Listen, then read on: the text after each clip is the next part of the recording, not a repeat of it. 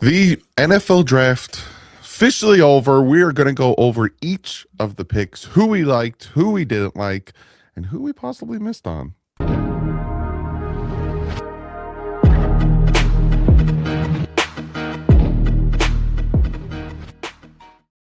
What is up, Dolphin fans? Welcome to another Dolphin Collective. This one is a special of the specialer ones. As we A special of the recap the draft and talk about each of the picks. Like I said, who we liked, who we didn't like, missed on, all that good stuff. And talk about the undrafted free agents, which there's some interesting ones that we grabbed and brought in.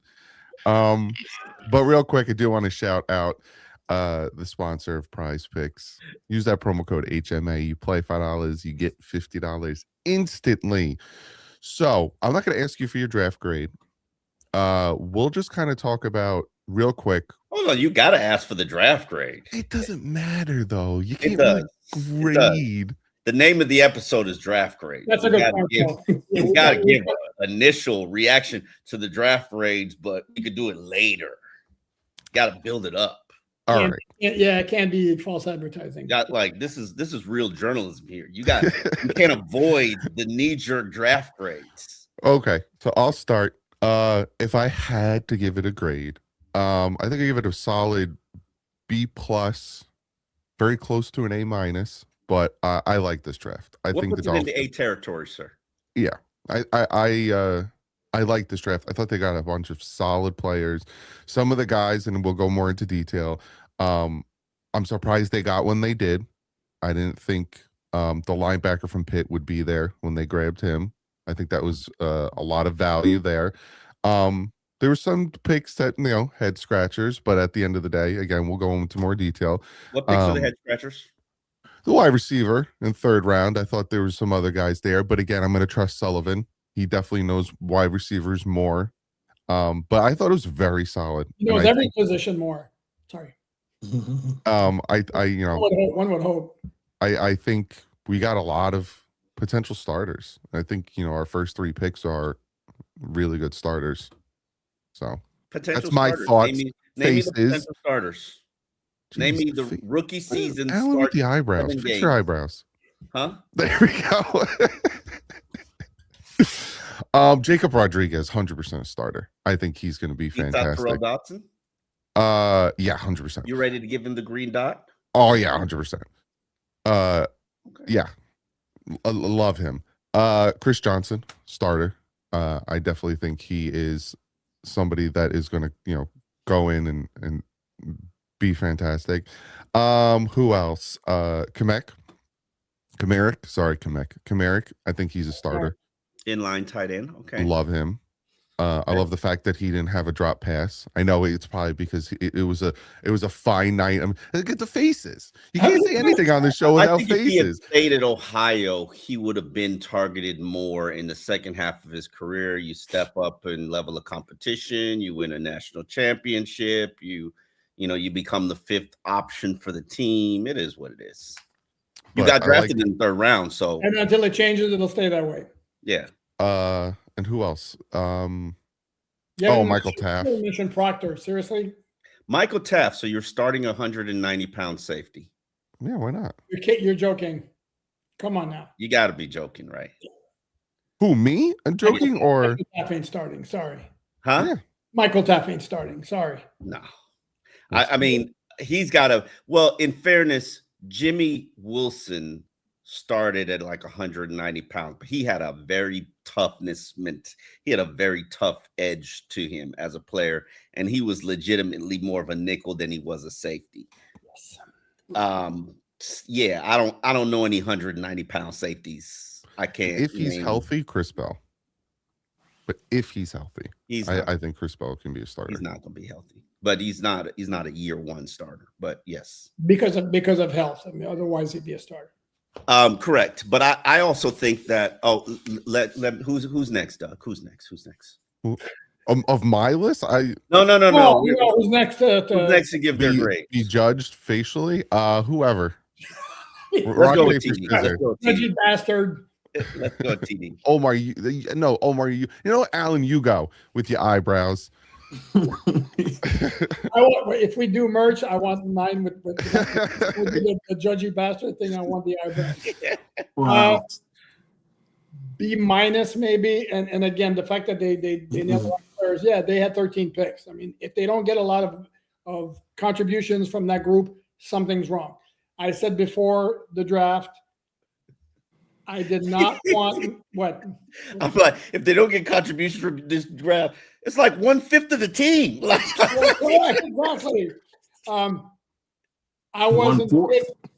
I wasn't big on taking a risk with the 12th, with the 11th overall pick, which wound up being the 12th. So the Caden Proctor pick, to me, not crazy about it. And in 2 years, if he's become an all-pro, I will be here and say, yep, they nailed it. I was wrong. But it won't change the fact that even then I'll say there still was risk involved. Because I'm sorry, that dude's not a slam dunk the way I'm going to go back. Caleb Downs to me was the pick there at 11. I know Omar's going to go Ruben Bain. To me, Caleb Downs was the pick there. Caleb Douglas in the 3rd round was like, what? Kazmarek, best blocking tight end in the draft. Is that worth a 3rd round pick? Don't know. Yeah.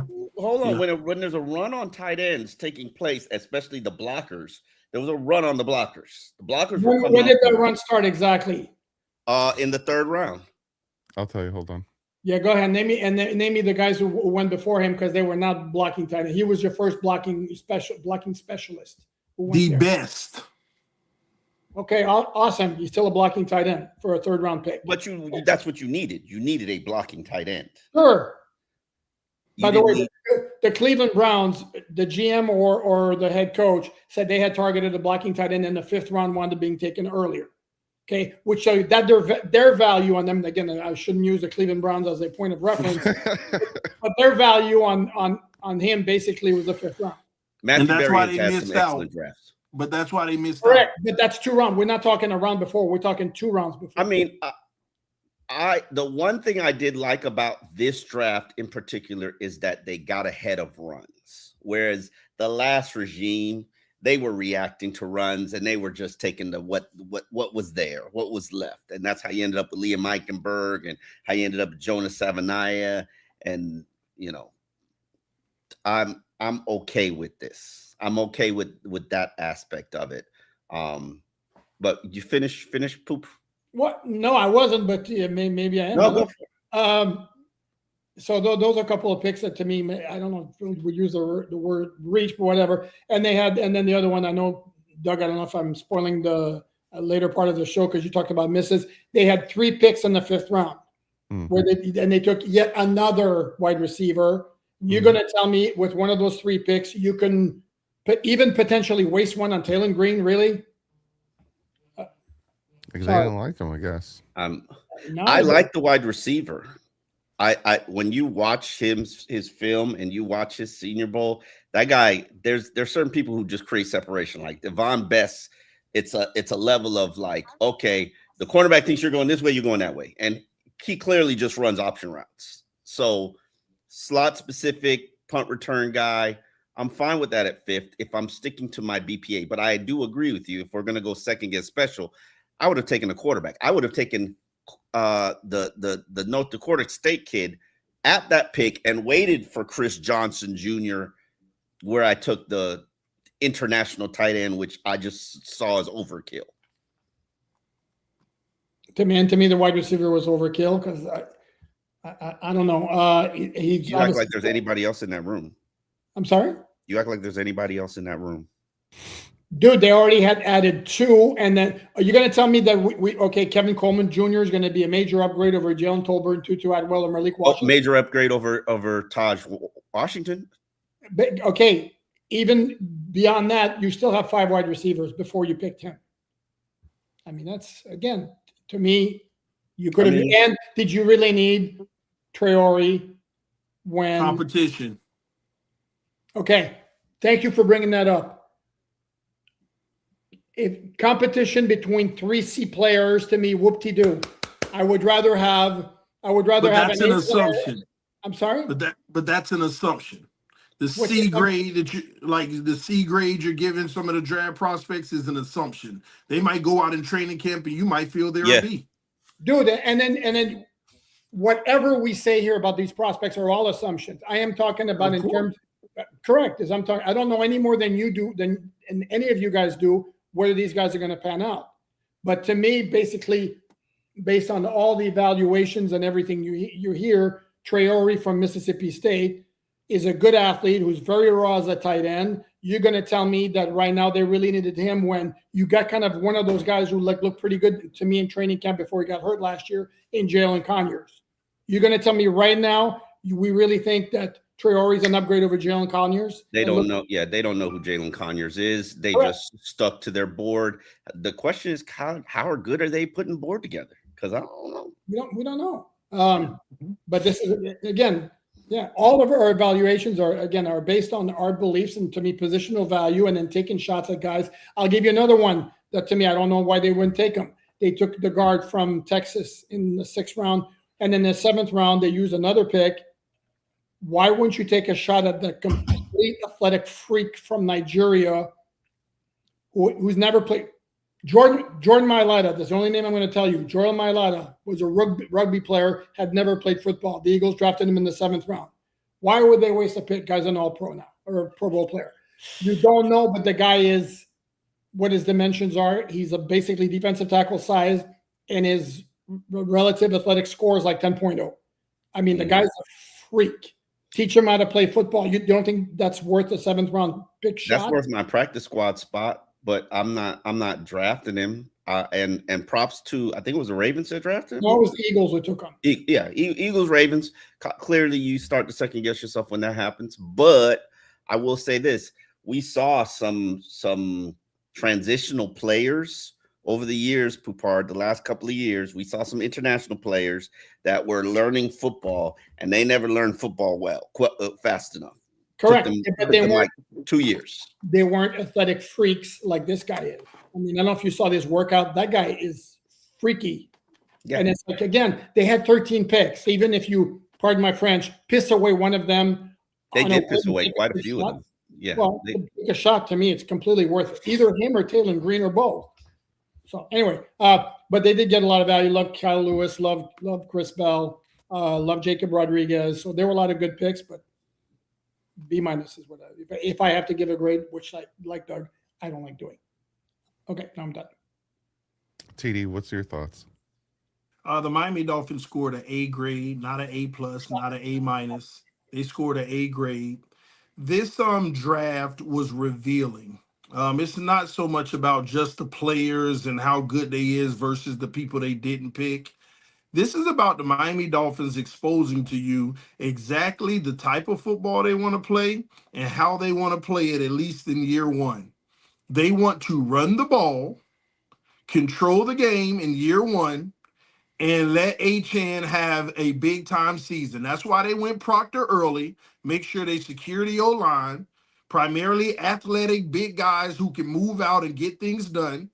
And then when you look on the other side of it, I told y'all, if you don't get me a wide receiver in the first 3 picks, then you better get me 2 in the 3rd round. And that's exactly what they did. And another thing, on those wide receivers, it's the perfect mix, man. You got the big guy outside, potentially in Caleb Douglas. The thing about Caleb Douglas is he doesn't have a big-time vertical, but he doesn't have to, and let me tell you why. That 4.39 blazing downfield, no corner is going to be able to stop, base up, and go vertical anyway. That's why when you look at his film, most of his catches are just putting his hands up anyway, and the corner just reacting because they're trying to keep up with that 4.39 speed. A guy that big moving like that is unique. So that is, don't even call it 50-50, call it 70-30 because it is a clear advantage. It's got an accurate quarterback. I was just going to say, as long as Malik not underthrowing the football, he can eat all day. But, if it was the last quarterback, we'd have a problem here. But that's not the end of there. Okay? Ding dong. Omar, you're the one who opened the door for that. And Bell is the investment for the future. He'll be back sometime mid-season to late season, and I don't even think they're going to try to put him in full-time. They're going to go with some of these other guys, Tutu and all of those guys. But he's the guy for the future because he is a skill set. If he can get back healthy to form, we got a potential number one at worst, top end number two. So I love what they did there. But and last thing on the offense, the move to acquire Will Casemaker, however you pronounce his name, it was massive to me. It was massive. It wasn't I don't care about a reach or anything. You want to run the football. You got the best blocking tight end in the entire draft. And most analysts say when he comes to the NFL, he's going to already be first quartile blocking of the current tight ends in the NFL. That's how good he is. So you got your O-line together. You got blocking tight ends, Achane, Malik Willis with a running threat. You are about to have a 65-30 run game in Miami, in my opinion. And the rest of it, play action. But what O-line we'll get to you say they got together? What O-line? I have Patrick Paul at the left tackle. I have Aaron Brewer at center. I have Austin Jackson good enough at right tackle, and Proctor's going to probably play right guard. And they'll work out the left guard position. But 4 out of 5 with two tight ends. Come on, man. The best blocking tight end. We got a run game. That's more than some of the best run offenses in the NFL have from an Arsenal standpoint. So offense, they have created a baseline. Is the offense finished? No, but they've created a baseline offense that they can improve upon every single year. So our offense is set from a basic standpoint. Now, as years go, we can improve on it. Then on the defensive side of the ball, you go get Chris Johnson. He's going to be a stud. At least he's going to hold down his end of the field. At least I feel good about that. You hope. We hope, but we have absolutely no proof how a rookie cornerback is going to come in here and play.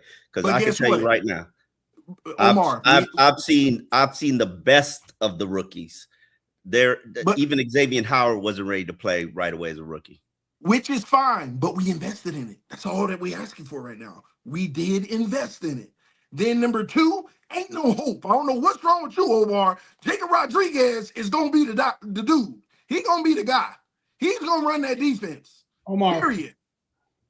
He's going to run that defense, okay? I love Jacob. All 4 of us love Jacob Rodriguez, so let's not start that. We did a mock draft. You think he ready yet? You think he ready yet? In the Hall of Fame just yet? Yeah. No. Just perennial All Pro. I ain't putting him Hall of Fame yet. Just perennial All Pro. That's all. And then those 2 moves I feel like will help the defense, but we all agreed you can't get it all done in one draft. So above all, this fact that we missed on Ruben Bain, we missed on Downs, well, we might want to play a specific brand of football, and these are the guys that fit that brand. So I love Ruben Bain, but screw him as a Dolphin now, and screw Downs as a Dolphin now. We got the guys that's going to fit what we're trying to do, the culture we're trying to build, and the style of play we want to bring to the Miami Dolphins, which is Super Bowl bound, baby. Let's go. You don't think Ruben Bain Jr. would have fit the culture? You don't think Caleb Downs would have fit the culture that they want to establish? You know what's very interesting about that? You know what's very interesting about that, Alan, that you bring up? Mm-hmm. Ruben Bain on Miami would have made an impact, but not the impact that we can't go get and with our first pick of edge next year wouldn't potentially make as well. So who makes the biggest impact if we can run the heck out of the football? Proctor. That like running the ball and having a sustained offense this season, that makes more sense right now.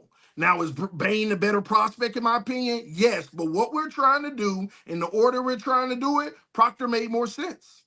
But to me, it goes back to this is not a one-year rebuild, so it's all about down the line, not just because you're talking about okay, now we're establishing what we want to do on the offense run. By the way, it ain't going to be 65-35 because nobody does 65-35. I hate to break it to you. And more than likely, they'll be trailing most of the season because they don't have any defense right now. Correct. But Alan, when you say we can't fix it all right now, they're not trying to. The point is Malik Willis is on the clock. Give him the offense that he can work with so to see how good he is. That's the importance of this season. Mm. I'm going to repeat Getting myself. Ruben Bain and having a trash defense and a trash offense versus passing on Ruben Bain and having a solid offense with a run game is more important right now.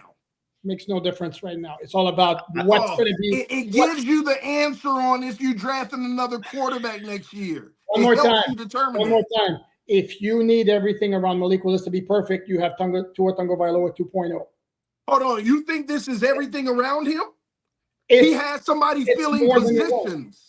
It's more than it was, but you're the one. You just finished talking about how they're set on the offensive line. They have 2 great blocking tight ends. That's right.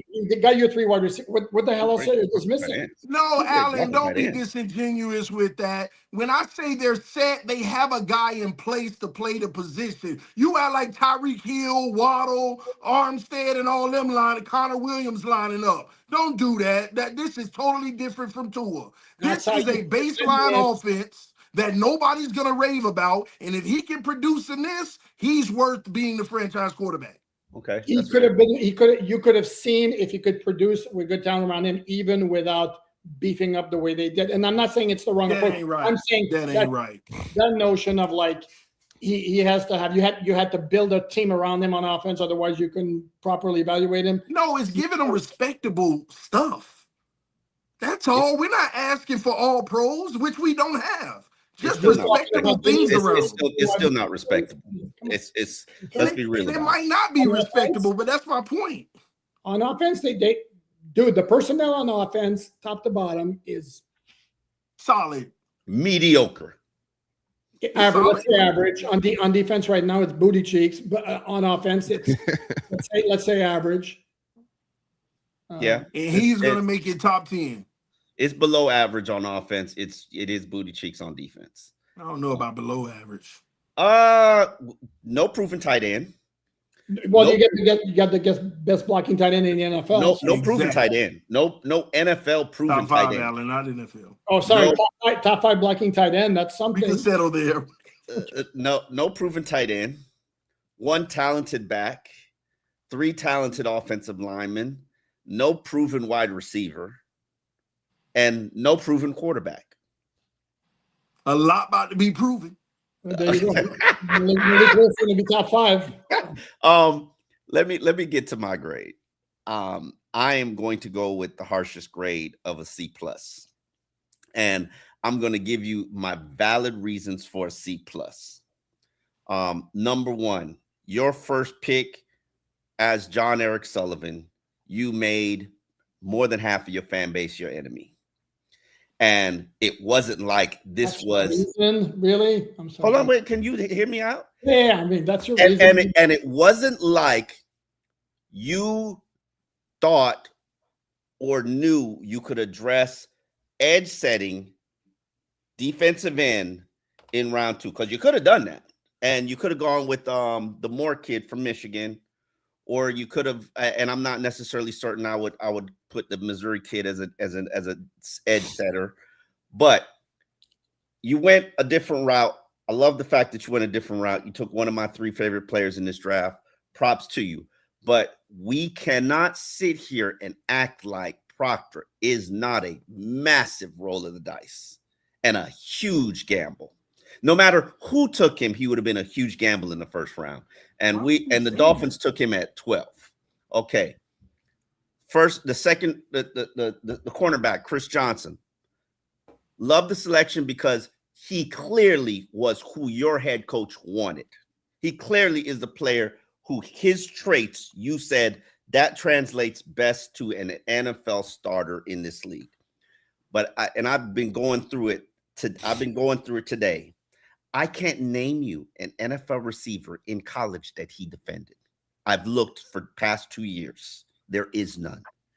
There's nobody that he went against that got drafted and is in the NFL for a cup of coffee. That is the competition level that he was playing. Now, he went to the Senior Bowl. I did not go to the Senior Bowl. Everybody that was there at the Senior Bowl did not notice him. Very valid reason for them not notice you, and I'm not holding that against you, because if I don't notice a cornerback, he's doing his job. So props there. As I said, Rodriguez is my probably one of my 3 favorite players in this draft. Props to them for getting him. However, you cost yourself. When you made that decision, you said, we're going to go without edge players in this draft. And I don't care what you threw in at the end. I don't care what you threw in as an undrafted player. And I do like Mason Rager. I watched him at Palmeritos. He looks like an NFL player, just physically. He's a little bit stiff. But if you could set the edge, that's all I care about. So I'm okay with that. Day 2 picks, I don't even hold Caleb Douglas against you, because those traits, that size, that speed, that high pointing ball, catch radius, those are things you cannot coach into a player. He has the core intangibles of things you can't coach: size, speed, high points ball. Okay, you admitted you gotta teach him how to get off press. You got to teach him, you got to make him stronger. Those are great things. Love the Chris Bell selection. I'm told he was a round higher than he should have been. He was taken a round higher than he should have been taken as a medical risk, and he is a medical risk. Your GM acknowledged that. Now, first round talent, but we've seen first round talents drop to 3rd day, and he should have been one of those guys that dropped to the 3rd day. Now, here's where I take a bat to your draft picks. You have many opportunities to upgrade your offensive guard situation. You whiffed and whiffed and whiffed and whiffed. You have many opportunities to upgrade your safety position. You whiffed and whiffed and whiffed and whiffed. You had many opportunities to add somebody who can give you some kind of edge setting presence. You whiffed and whiffed and whiffed. Can I stop you for one quick second here? Yes. Here's the problem with your argument, though. If you love every pick they made, then you can't. I don't love dump on them. But when you're listing like the first 6 or 7 picks that you like, you can't dump on them for not taking a guy. Day 3, they whiffed. The whole day 3 for me. I think do the we only really guy like judge day 3. Do I judge day 3? Day 3 is the most. Day 3 is the most important day of the draft to me. Yeah, but you don't find that out until later, though. You don't like Kyle Lewis, Omar? You have to. Yes, yeah, no, I did, but I don't like your vision for him. If you sat here and you told me, he was going to play safety for me, nah, you're kind of like wishy-washy in your vision for who the player is and what he's going to do and how he's going to contribute. I don't like that. He wasn't wishy-washy in the least. He just said he's going to be. No. Later on in his press conference, he's like, "Oh, he's going to play some safety first too." Like, yes, no, that's not what your executive who came in the room. That's not what your GM was talking about. Oh, he's going to be a linebacker, and yes, he's going to be in the linebacker room. Everybody knew this guy might wind up playing some safety. Yeah, everybody gonna play safety. Yeah, everybody can get some safety snaps because they're in the safety on this team. I cannot believe you're dumping on Kyle Lewis when Louis Riddick loves him. I know. Like, come on, you know how I ride with Lewis. Like, I know, correct. So he loves him. So, but I don't like the vision for it. I don't. And if you really love Kyle Lewis, you would have taken him. That's a throw-in pick. That's let's throw him on the pile. It's a 3rd round. That was just a whole lot of let's throw him on the pile. No, it's 4th round actually. Third day. I mean, 3rd day is just like these guys. They got good traits, and they're former walk-ons, and they gonna bring us the flag bearers, and they're gonna be this intangible guy. And I'm cool with that if it works out. If all of them are weak little peons and they get pushed around by these nobodies on the roster in training camp, then I'll be like, what you doing? What you doing? Then I need to go back then. If you're saying basically the 3rd day doesn't matter, then tell me hold on, but kind of sort of tell me which one of the first 6 picks in the first 3 rounds you would have liked to have seen not made so they could get either a safety or a guard or an edge defender. Caleb Douglas. I could have gone a safety or an edge rusher there, and later on, and then take Kim where I took Chris Bell because nobody was going to take him. You're going to look up, and Caleb Douglas is going to end up being what we hope Devontae Parker was. He's going to end up being what Devontae Parker should have been. He looks like he can't get off press. Again, at least the thing that he got to fix can be fixed. You know, True. getting stronger, they're going to put him on a regimen. He'll get stronger. He in the NFL now. It's the guys that have an intangible that you can't make him faster. You can't make him a better, you know, so I'm right. okay with that. You're right. There's also hand technique. It's not just an issue of getting stronger. But we should write down all the predictions we're making about how these players are gonna. I like all three receivers. Can I sit here and say that all of them weren't picked maybe a round higher than they should have been? No, but I also like the conviction of you like your guys. They're high on your board. You take them. Cool. I like that and prefer that as opposed to what I've seen for the last 18 years around here. However, I'm saying, can I be convicted on your ability to evaluate talent? I don't know. You don't know yet. Man, no more. The thing with Chris Bell, they picked him at pick 94. Their next pick was 130. You think for a millisecond he wouldn't have been picked? Yeah. In the meantime, that's fair. That's fair. Mm. But that felt like a, you know what? We probably reached a little bit on Caleb Douglas. Let's just go on ahead and just get something a little bit safer. Yeah, I think that's exactly what happened. Well, I think what happened was they, from my understanding, again, I could be wrong, but a lot of us could be wrong because we don't know really what happened during the draft. They probably wanted Malachi Fields. And the Giants traded up in front of them, took them. So they were like, all right, let's take our next guy, which was probably Caleb Douglas. No, that was Coleman, I believe. What happened? Yeah, Coleman. That was Coleman in round 5. What? No. Malachi Fields was Malachi Fields went third, He's and the Dolphins took Caleb Douglas before, next pick. Okay. So but you don't pick a guy just because the guy you wanted got picked in front of you. So let's go with the same position, but let's go. We don't know. What I'm saying is their board probably was that way, and they're like, all right, well, Malachi Fields is gone. Let's get the next guy on our board, which might have been Douglas. Any position, or then you're drafting for need, because I absolutely believe that they were taking Malachi Fields over there, and the Giants. They were going need at that point because they were missing out on receivers. No, there was a crap load of receivers available before they took one. Might be to a C because that there should not have been drafted. There was a crap load of good receivers available. Yes, there was.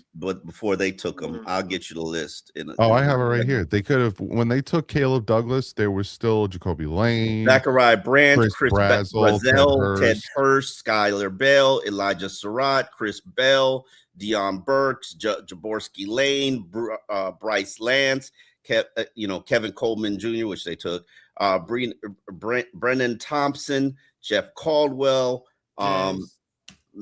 Malik Benson, Josh Cameron. So they took who they wanted. So that's not a doubt.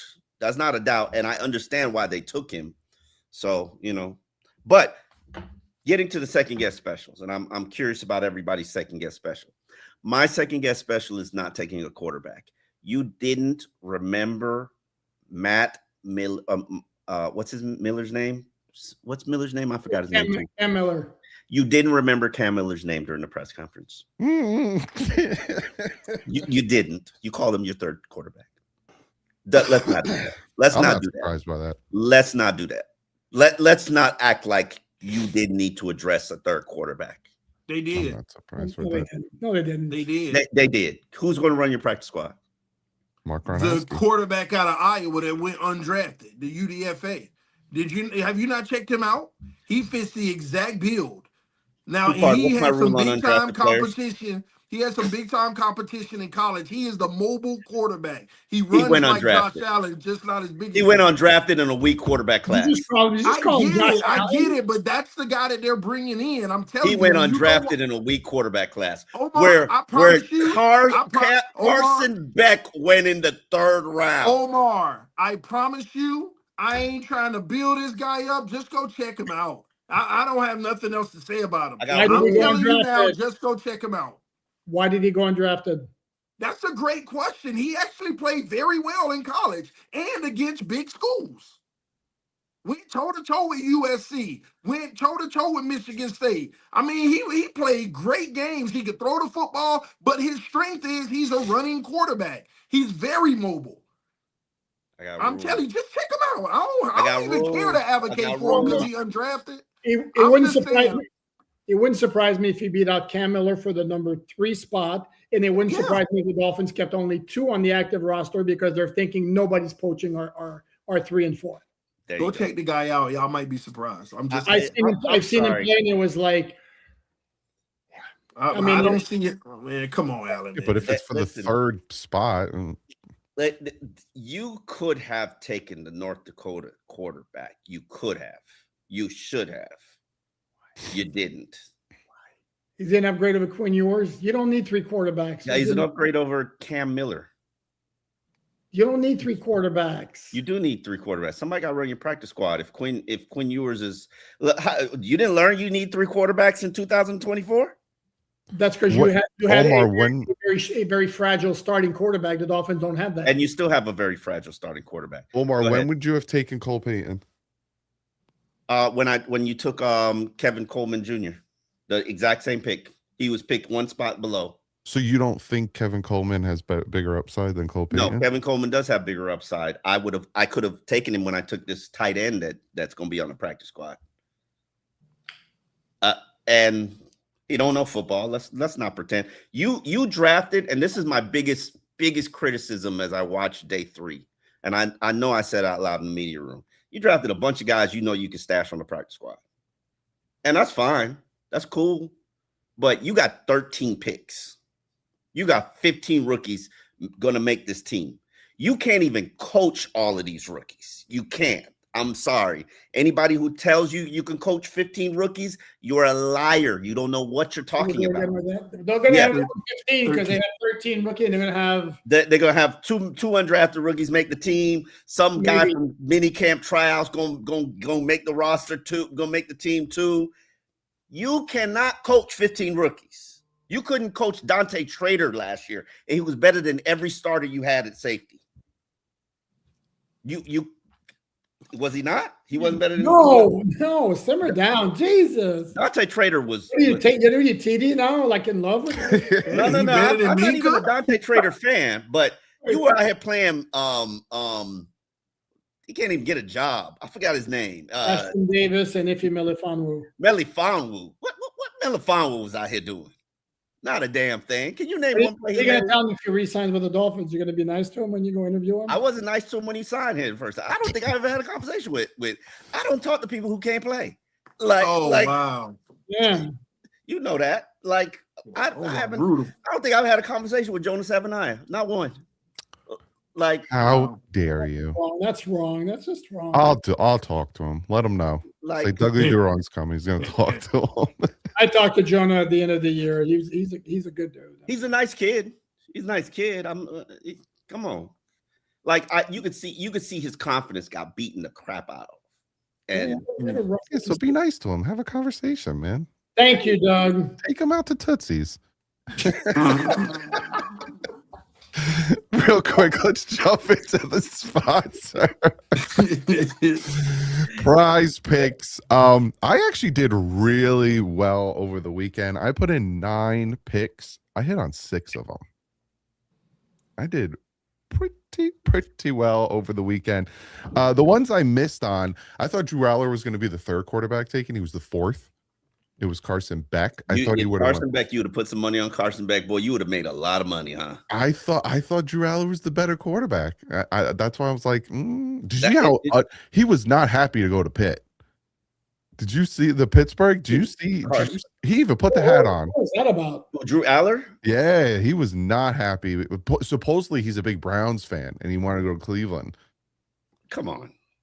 And then he went to Pittsburgh, and he was not happy. Big Browns? Who's a big Browns fan in this day and age? That's my ball. I was like, when I heard that, I was like, really?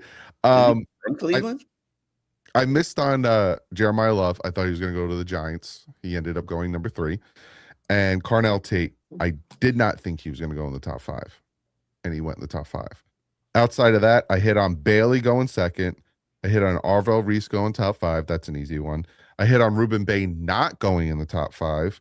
Easy. And then I made a bunch of picks of which teams are going to pick. It's going to be their first pick. And I took the first pick for the Packers was going to be cornerback safety. I got that. For Buffalo was going to be defensive end edge. I got that. And I wanted to say for the 49ers, it was going to be wide receiver, but for some reason it wouldn't let me put it in. So I was like, they're not taking an offensive line. And I hit on that. There's a ton of fun stuff you can do over at Prize Picks Daily Fantasy app. You also can do lineups. You could do player lineups. It's so much fun. Go over, click the link in the description, use that promo code. When you play $5, you get $50 instantly. Go check it out. Yeah, Doug, I tried to plug it for everybody and throw them a bone, man, with Prize Picks. Y'all remember the report that came out that Miami was interested in moving up in the second round, day 2 for a specific player. And I literally went live before the draft and showed them the future on Prize Picks had Rodriguez. Literally, Jacob Rodriguez, and sure enough, man. So get in on the action. It's a lot of fun to be had. Yes, sir. Yes, sir. So we were talking about second guest special, and I could definitely jump in on that Caleb Douglas one. I remember when we took him, I was kind of. He's probably the only pick in this entire draft that if I had to be overcritical of, it would be that one, because there was guys I liked in Chris Brazzell and Ted Hurst who went pick after pick, 83, 84, that I think could have been. Ted Hurst should have been the pick there, in my honest opinion. The size with the speed, I think I like Ted Hurst better. But at the end of the day, a lot of this, and we all agree on this, and we all talk about it. You don't worry about competition level with Ted Hurst? Competition level with Caleb Douglas, competition level. You all have to worry about Caleb competition. Douglas played against high level competition. Chris Johnson, competition level. We could do that with a lot of these players, but at the end of the day, we don't know who would have went when, who wanted so and so. Because apparently there was a report that came out that the Patriots want to trade more, and the Dolphins got Trey Moore. Also, the Jets wanted Rodriguez, and then we took Rodriguez. And then I don't know if this is true or not, but again, the Bills wanted Chris Johnson, and the Dolphins took him. So, with the Jets one, they traded back after we took Rodriguez, and then Chris Johnson again. Buffalo traded back, and then so we don't know who would have went where, because I know a lot of people like to say, "Oh, you could have got him here, or you could have got him there." We don't really know. But to second guess, I think that would be my biggest second guess, would be Caleb Douglas. I do like the Kamarick pick. I think he's going to be good. I see him as like an Anthony Fasano. I like it, but I think he's a bigger. Would you have taken Anthony Fasano in the 3rd round? Now that I know what I know now about Fasano, probably, yeah. I think Fasano was a 2nd round pick too. I think Fasano, his production, I would have took him in the 3rd. I like him, but again, there's like Omar said, there was a kind of a run at tight end in that 3rd round with Sam Roush going to Chicago, Oscar Delp going to the Saints. So I like it. I think he's going to be that guy. I think he's going to be a good red zone help for us. I think they're going to utilize him a lot in play action, because he is not a receiving tight end, but if he is targeted, he's going to catch the ball, and he's a big physical man, so he's going to box you out. Yeah, and you fullback, you can throw him in the fullback. You're going to have this. And this is the other thing, and TD talked about it. And, when you think about it, you're going to have little Devon Achane, right? And I think Proctor's going to be a left guard. So you're going to have that left side with these two mountain of men. And then if you're in I formation, you're going to have 6'5", 261 Kamarick in front of him in the I formation, and just clear a hole and let this man do his thing. So, they had a vision. They knew what they wanted. They knew the type of players they wanted, whether it was collegiate or size, or, we were talking about the earth movers and stuff like that. Planet Earth. There were, don't get me wrong, there were picks. I didn't give it an A. There were picks that I was like, I would have taken a quarterback. I think once we hit the 6th round, and Taylor Green was still available, and all these guys were still available, I was like, all right, now you went and grabbed certain players here and there. With this, the English tight ends to do, that's where I was like, all right, I could go, Taylor Green here. And then didn't. And I was like, all right. And then I watched him and I'm like, okay, he's that speed tight end that, can get behind the defense and, have that combination there. Tight end is one of the hardest positions to learn to contribute right away because of how many different phases you have to play in. A guy who barely has had a cup of coffee in football, expecting that to be instantly. Yeah. Come on now. Tell him, TD. Go ahead. The man a day one starter, Omar. He a day one starter, man. Stop this mess, man. The man. And one other thing, being that I don't talk that much, so I just want to get this in real quick. There's film out there of Proctor and Jacob Rodriguez taking snaps at halfback. That's all I'm going to say. That's all I'm going to say. We backed up. Just imagine it's 4th and goal, right? You got Kamarick over there at tight end, and all of a sudden you look in the backfield and you're like, wait, is that Proctor? For the game on the line, 4th and goal. The ball and he tears an ACL running the ball. Bro, that crap is cute.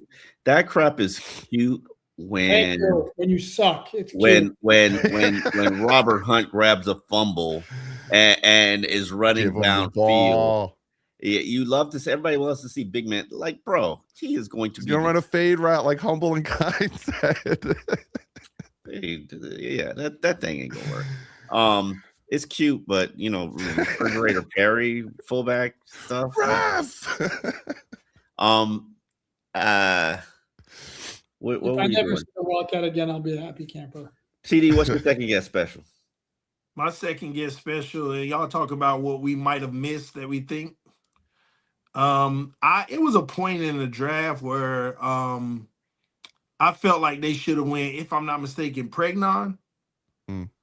This was after the fact. Like, man, you can really just end it all on the O-line right here. You should have addressed your offensive guard spot a lot earlier than your 7th round pick.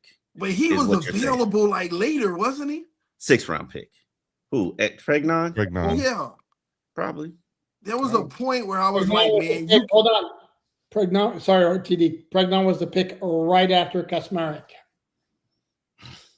Got it. Yeah. But that was the point right there. I was like, man, you can go wide receiver. You can finish your O-line and get the guard and Pregnon. And but when they went with the tight end, it did shock me. I was like, that's interesting. But the more I learned, I saw the vision. I see what they were trying to do. Inline blocking tight ends are hard to find, man. Yes, they are. There were 2 things that you could not find in this draft unless you really raced to the podium to get them. Edge setting defensive ends and inline tight ends. And I actually asked John Eric Sullivan about those specific questions because I've been told that before the draft. It's like, you better go get one of those because they ain't gonna be here. Offensive tackle too. And he basically said something along the lines of, the guys who can do it, they stand out like a sore thumb. Like it's very apparent, and you better go identify them and get them because they're not gonna hang around. And I find it very interesting that teams do not work hard enough to make these tight ends more versatile, more multidimensional. And I get it. Football is changing. You got to evolve with it. But now this whole star safety, cornerback / safety / linebacker that can play all 3 positions and you don't know what they're doing. Come on, man. You know what cancels that out? A tight end that could maul him into the ground. That's what cancels it out. A Julian Hill. And despite what anybody says, I think losing Julian Hill was probably the biggest loss that the Dolphins took this offseason, with the exception of he got overpaid, in my opinion, by New England. But New England know what they're doing. Just a tad. Just a tad. He got a lot of money. Yeah, he did. Yeah. I mean, which shows you that you found and developed an undrafted player and made him like a legit NFL player. And I know this fan base hates Julian Hill for what he did in 2024, but you ain't see none of that in 2025. He was a clean player. and He did get better. Yeah. he was part of the reasons why you were mowing down people in the run game. And, now for 6 weeks. still ran for what? I mean, where was it mowing down when they were going 2-7? I mean, we just. I know, I'm the hater. I'm sorry. Grumpy old bastard. That's what you are. Real quick, I do want to, because then we got a lot of donations to get to.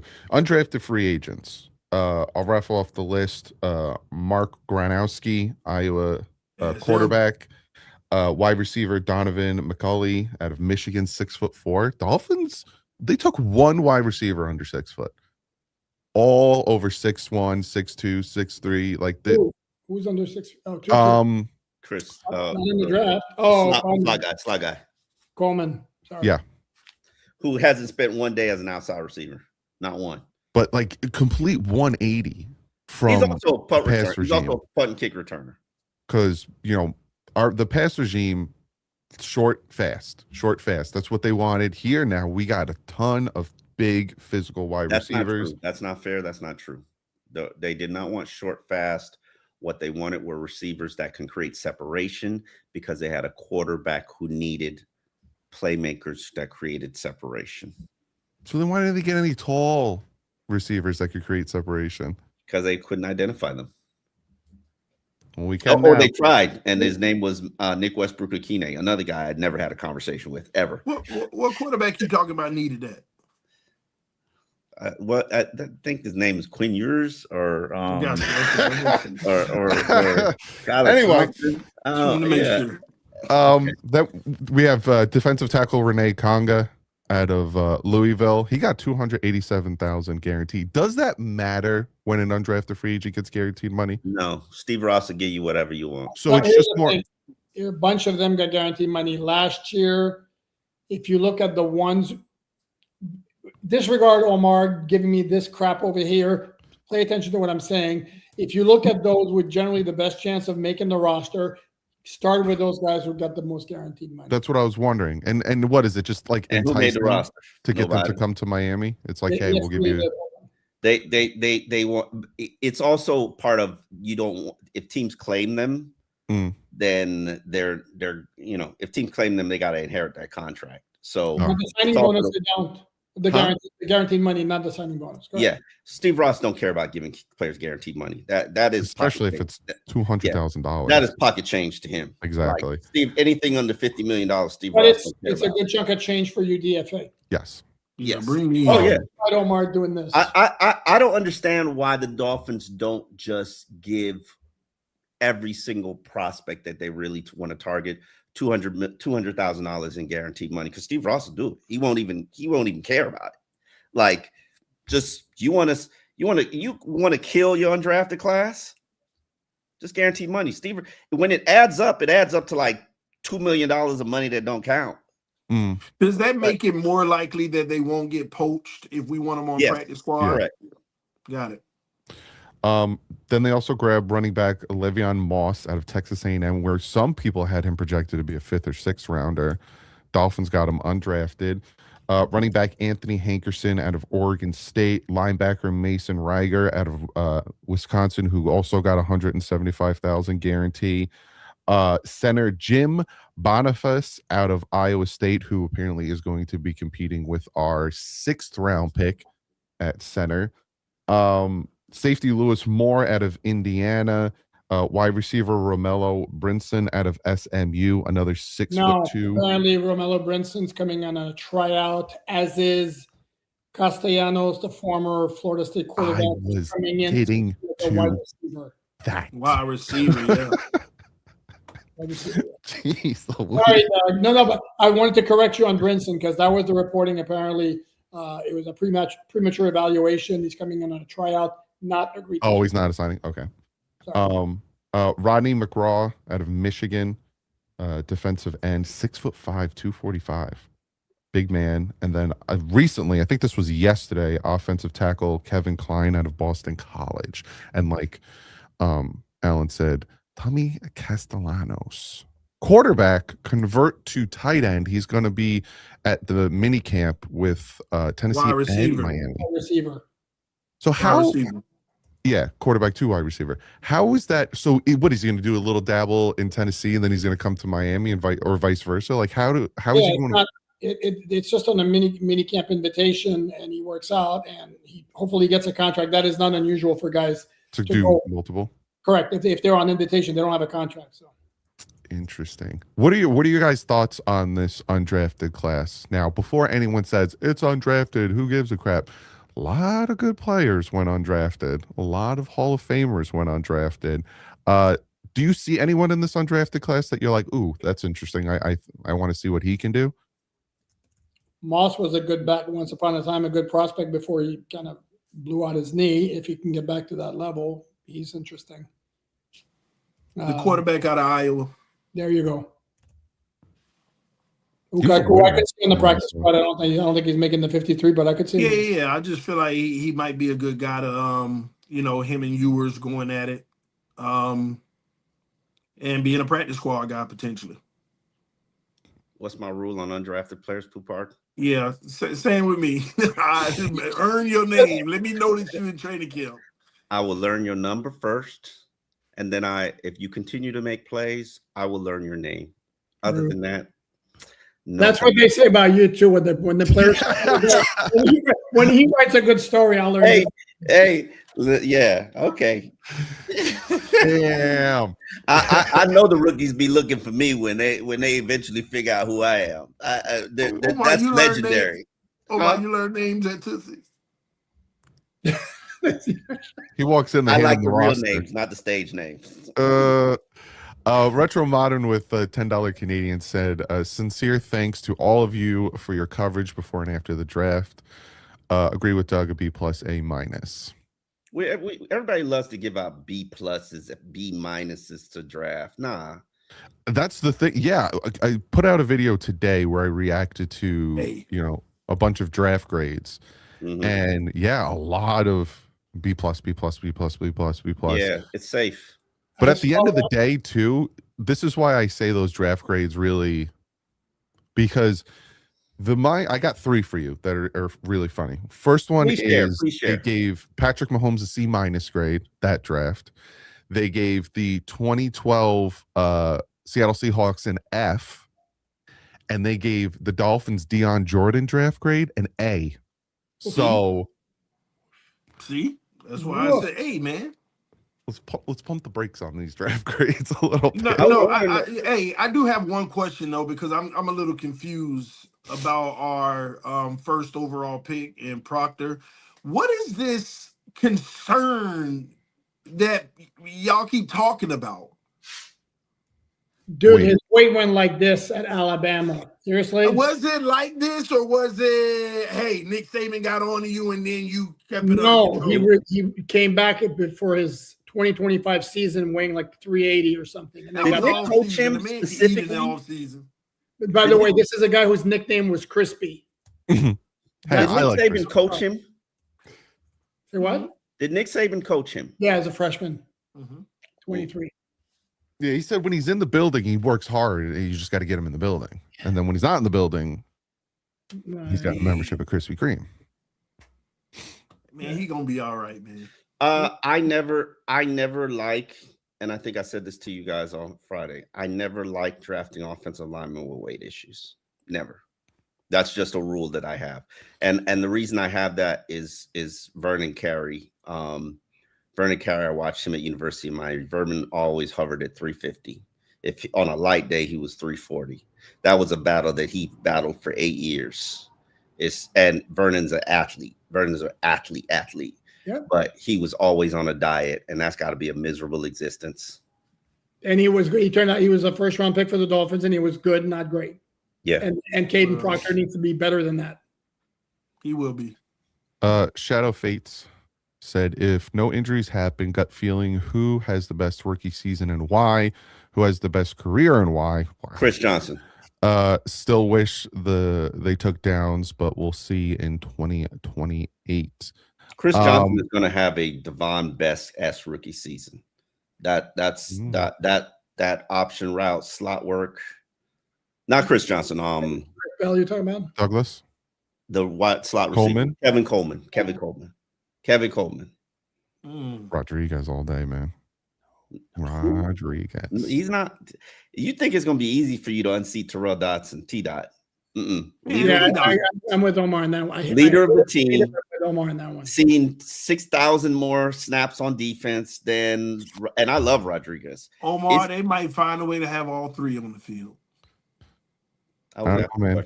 Well, if he starts shining, they mentioned it. They said, the rest of those guys in the room, and those were the two guys he named. If you're gonna name your top 11, that actually might fit the bill, because I think I could blitz with T Dot, and I could blitz with Brooks. Third down, you're gonna have a nickel.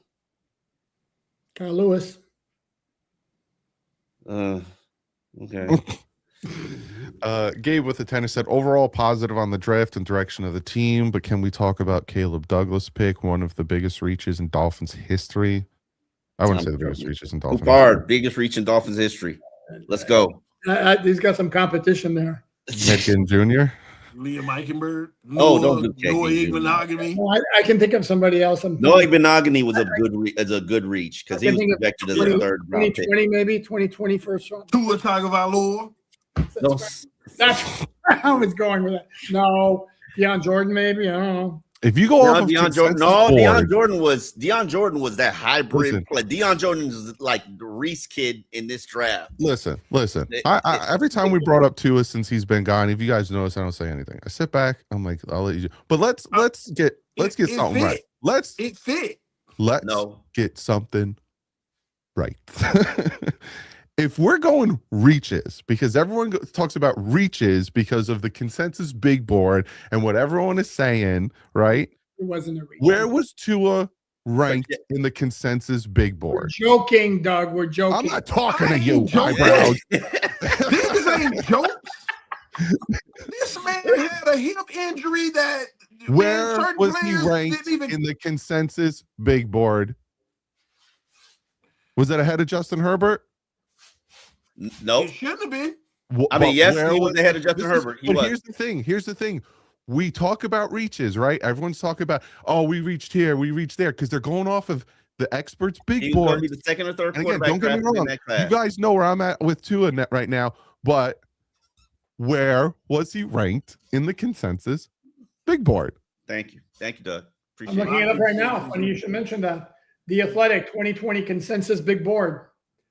Come on, scrolling. I just already, number one was Chase Young. Okay, come on, here we go. Finally, number one, Chase Young. Number two, Joe Burrow. Number three, Jeffrey Okudah, cornerback from Ohio State. Number four, Isaiah Simmons, Clemson linebacker, who I had a man crush on, who I'm going to take a massive L on him. Number five, Tua Tagovailoa. Justin Herbert was number 15. That's what I'm saying. Shows you how many people, at the end of the day, how many people be wrong. But yeah, I agree with that, because, and this is why, and I saw it in the chat when we were talking about who we were taking. Oh, he would have been ready here. Or what a reach here and what a reach there. These consensus big boards mean. So Jason Allen was a big reach. Eddie Moore. It wasn't the first round, but Eddie Moore in 2003. That's a man. Oh, John Beck. Come on, let's go. John Beck, big time. Pat White. Pat White was probably 2 rounds higher than he should have been. Eddie Moore's a good one. John Beck's a good one. As I remember, John Beck's a very good one. Shout out to King Mizzle for becoming a member. Philip Merling was a first-round pick, if you can actually remember, because he was a 32nd pick. He was a second rounder, but somebody. Was someone saying Charles Harris, Mango Papaya? Was Charles Harris that big of a reach? No, he was projected as a first-round talent. He didn't fit the scheme. That's back when Adam Gase would take players and force them into schemes that they weren't good at. There was nothing. He had a relative athletic score of like under 5. Adam Gase didn't care nor pay attention to any defensive players. Like, Let's Let's be busy real doing about it. some other. Mike Best said, Omar, did you see Isaiah Smalls asking Jacob Rodriguez about a play that wasn't him? Do you think Jacob should have corrected him or told He did him correct later? him. He did correct him. You correct him. He did correct him. Was that the right call? Absolutely. That man's wife is a Black Hawk Mhm. Apache helicopter pilot.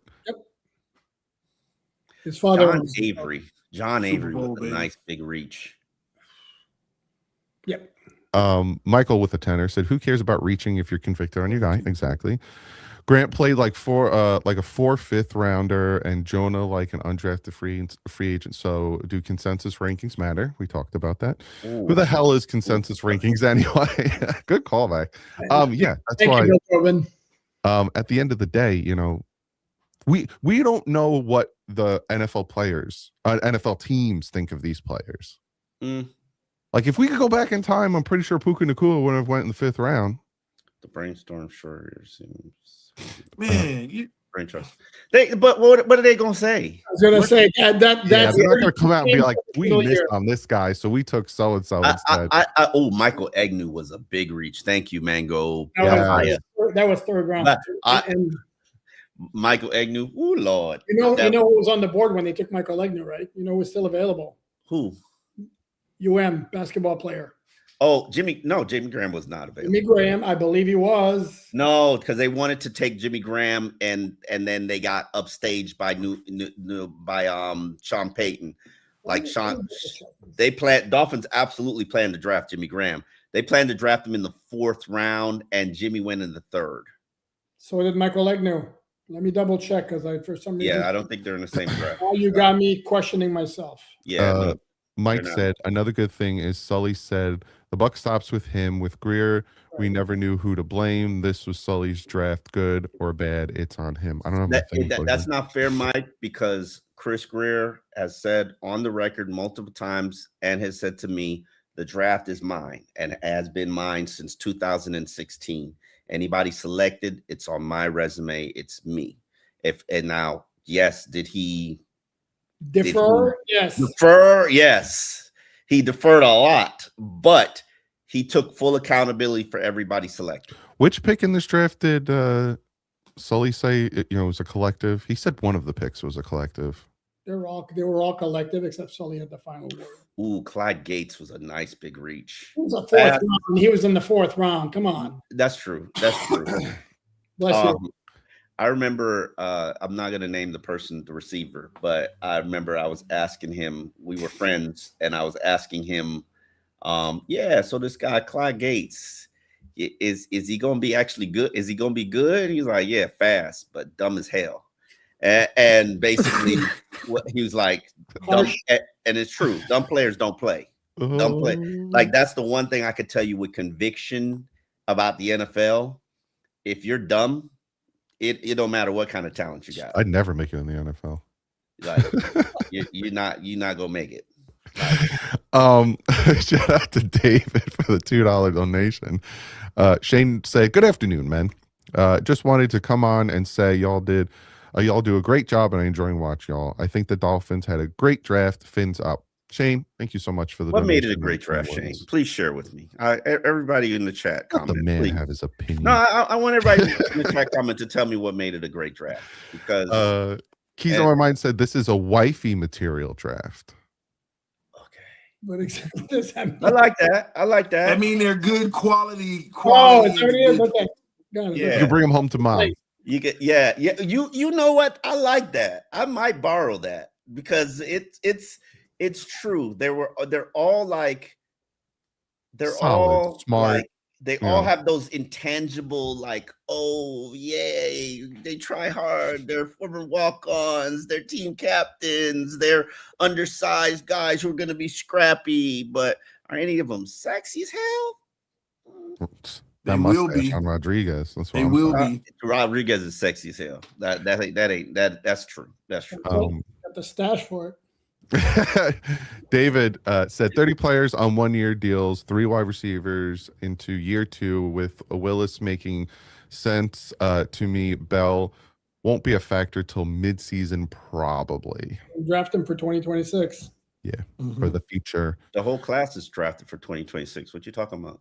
Yeah, 2020, you could tell. Not what this guy over here said. 2027.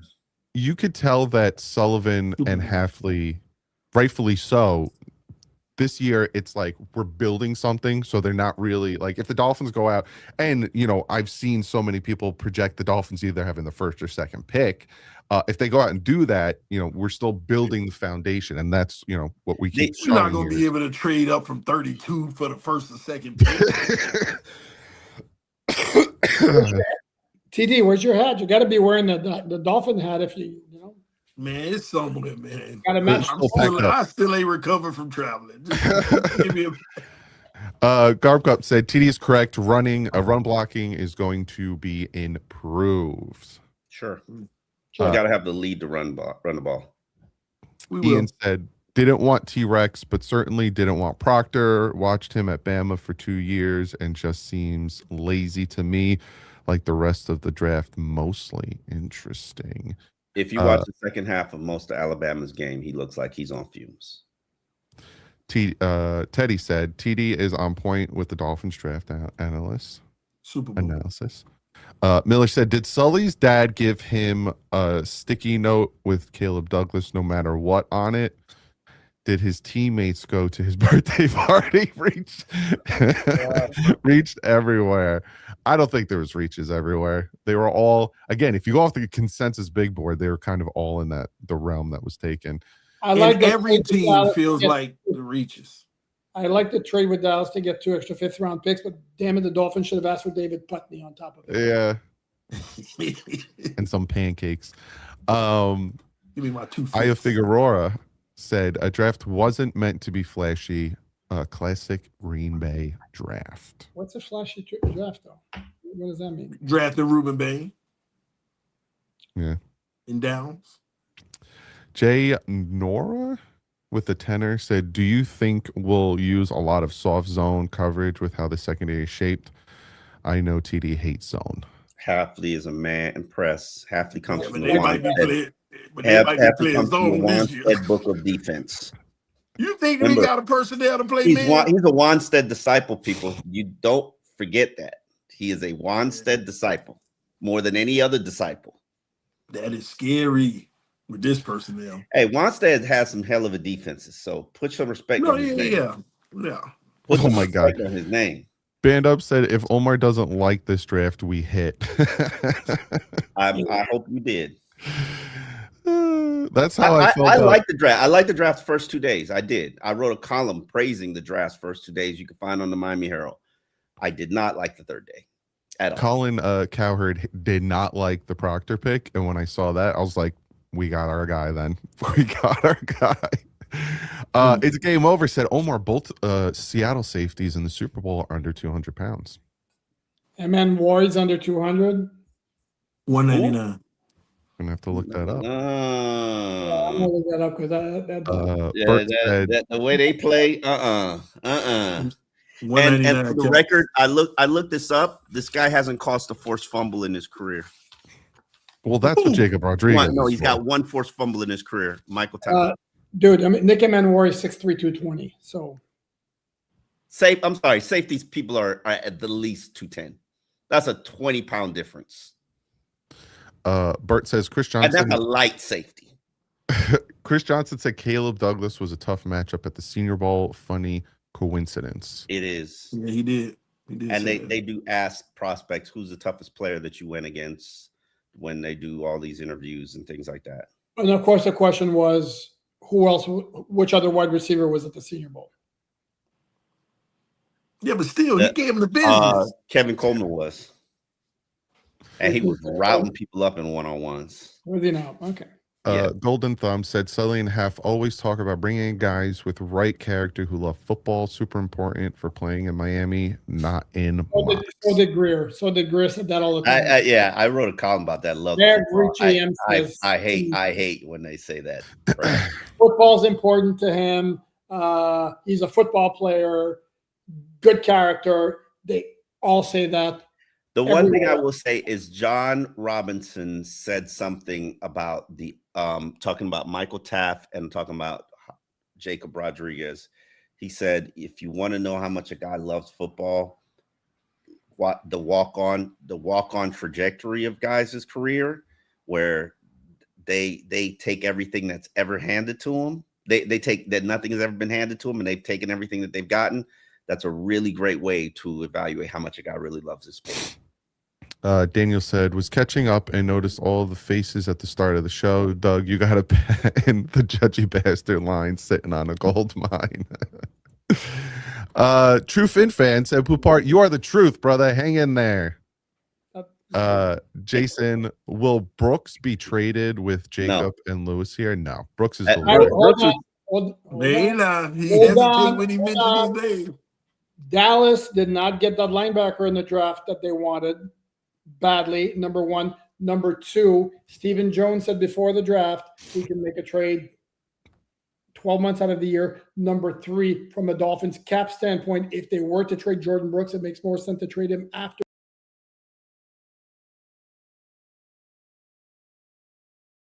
But to dismiss it would be foolish. You should write that. And did you hear when he mentioned Rodriguez and he said, he's going to be a great addition in that room with, he paused for a good second and a half and was like, Brooks and Dotson and those guys. I don't know, man. There's something there. By the way, background story from the draft, and imagine how that would play out if the Dolphins did indeed wind up trading Brooks. He was so jacked about the Dolphins taking Jacob Rodriguez, send him a message, put off on the Dolphins social media team, and went to the facility on Thursday night or Friday night, and now trade him. Yeah, right. Mike said, Omar, you're forgetting about the NIL. These players are coming in later and more NFL ready than ever before. It's easier to coach these rookies. Very good point, Mike. I disagree, Mike. They're coming in older. I don't think they're coming in more ready, because a lot of these guys are going from scheme to scheme to scheme and offense to offense to offense. And for instance, Kevin Coleman has played at 4 different colleges in 4 different years. And mind you, all he runs are option routes and deep digs. Did every transfer he made went to a bigger and a bigger and a bigger school? Jackson State, Louisville, Mississippi State, Missouri.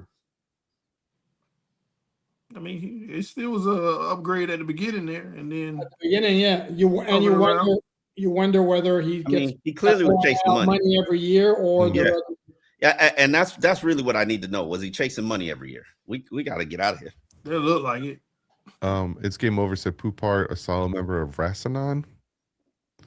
Why? Because I brought up the relative athletic score. I only bring it up when it's pertinent for a couple of players. But sure, okay, that's fine. Wendy said, I already hate the 50. Hold on, 50 SEK. Oh. That's the Seek. Okay. Yeah, I think it converts. It's the color. That's how I know what it converts to. Because at the end of the day, my conversion, I got no idea. I already hate the first round pick, but I hate it even more after hearing him bring up no state taxes in his presser. Who said that? Proctor. Man, the man don't want to pay no state taxes, man. Or was it Chris Johnson who said it? Which one? Or no? No, Proctor. I didn't hear Chris Johnson say that. Okay. Monaco said the British tight end is a marketing move. Nice, solid.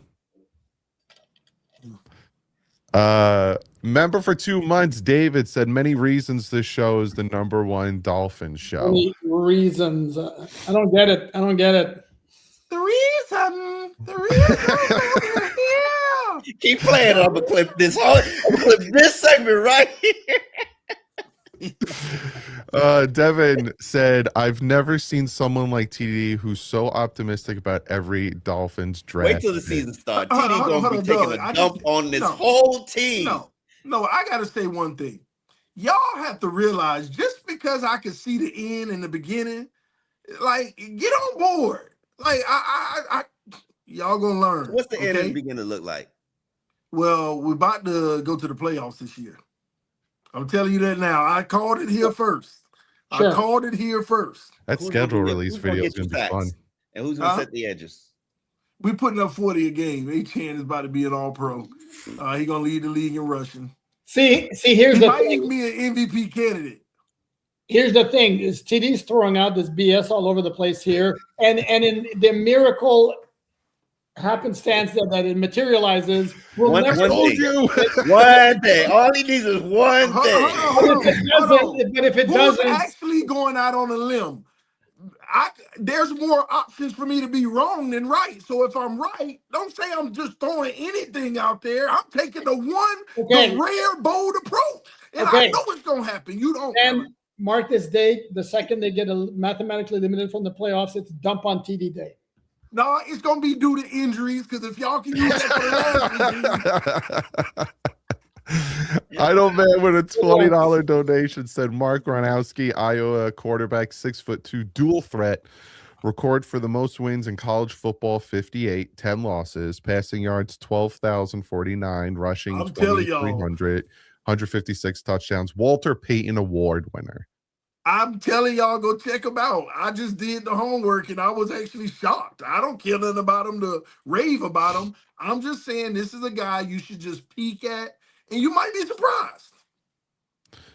Poop Trivia 2000 wild card win against Seahawks. Marino's last playoff win. The defense showed out with 6 sacks. Who were who had 3 of his own? Well, it was the 99 season. They won 2017 at the Kingdom in a come from behind. I would guess Trace Armstrong, maybe. And now I'll look it up and see. If I was right. Keys on my mind. Will K, tight end, did to defensive end more. Will K, tight end. Look what Will K did. Oh. And then make sure you look at what Moore did to Proctor in 2024. It was ugly. Idle Man said Proctor 815 pounds squat, 535 bench, 405 clean. Give me some Krispy Kreme. You got Trace right? Trace Armstrong. There you go. I knew Three that. Perry said we're not a safety from turning the team around. That's one of my biggest second guess specials. Where's the safety? And I asked him this. Where's the safety? Like, you stripped the whole secondary down and you got one cornerback and one safety? Post June 1st? Like, huh? That don't make no sense to me. You stripped the whole secondary down. We got to do it. Well, we're obviously going to do a post June 1st video. Let me see if there's any. Bring back Jordan Poyer. Leadership in the secondary. Yeah, I mean, no. I'm not. You joking? No, I guess I was joking. I was totally joking. No, but what's his name? The cornerback Douglas, Rasul Douglas. I'm sorry, he should be here. No, like, why would he want to be here? Well, I didn't say why he wouldn't want to be, because money. He'll give him $4 million. He'll be here. He'll get that from some other team. Yeah, he's just doing the veteran thing. He's going to sign like in June or July. Because he's clearly better than anybody else on this roster. Eddie said it's a great draft, Omar, because there was competence picks, unlike the Greer era. We'll see, man. Again, we don't know. Adam with the tenor said, going into the draft, did you guys have high expectations for Sully and Halfley, or were they pretty low? With those expectations met or not after the draft ended? Love the show, guys. I had low expectations as a fan, obviously, because what we've been through. I think what I like is how they drafted and who they drafted. Now, some people might think some of them were reaches. I think, like Douglas was a reach. But when I looked at who they took and why they took them, I think they exceeded my expectation. It's going to be a chaotic training camp trying to keep up with all these people. I wanted an elite player in this draft at 11, 12. I did not get that. I wanted you to address some needs. I got a boomer bust prospect. I did not get an elite player in this draft. I'm not gonna sit here and lie to you people. Like, no, sorry. In the things that you needed to address outside of cornerback, you didn't get it. You didn't get a defensive end. Okay, quarterback and inline tight end, you got those. You didn't get a defensive end, you didn't get a guard, you didn't get a safety. And I know you drafted them. They had 73 needs. They weren't going to be able to fill all of them. You had 700 picks. We got 4 elite players. Okay, and 701 needs, so they couldn't see the math doesn't math. Maine also jumping on that. It was a great draft because Omar doesn't like it. I like it. I didn't say I don't like it. I didn't like day 3. Garp Gump said, "Poop, iron sharpens iron. We only draft football players." I see what you did there. That's funny. Yeah, that was good. I like that. Swell with the donation. Appreciate you. Bo said, "Someone get Halfley some gold sunglasses with a chain so he can go as young Al Davis for Halloween." That is good. And then finally, Swell also says, "How many draft guys do you see seeing the field?" 5. Yeah. Seeing the field. 5. Oh, it can be more than that. Getting some sort of playing time. 9. Not active. 7. But we are going to get out of here. Thank you so much for hanging out. Over 1,500 of you in here. We gained even more subs. We're at 13,100 and something. We appreciate all of you guys. Go check out Omar Kelly on the Miami Herald, Alan Poupart, Miami Dolphins on SI. They write fantastic articles, and they're going to have a bunch of post-draft articles as well. Check TD at youtube.com/TD Finstalk. Also, Roundtable Sports. They were over in Pittsburgh doing a lot of great work. Go check them out. And myself here and on my channel, youtube.com/Doug. Yeah, you don't promote yourself very well, Dougley, because you said you have a draft summarizing what everybody grades them, because I'll rather watch that than actually look it up myself. I put a video out Sunday. I don't grade. I just tell what I think, so it's out there. I recap the draft. I appreciate that. Yeah, I don't really shout myself out. I probably should shout myself out some more. Absolutely. Yeah, we got to get out of here. Press conference. Yeah. But we will see you Wednesday. We out, Cub Scout. Super Bowl, baby.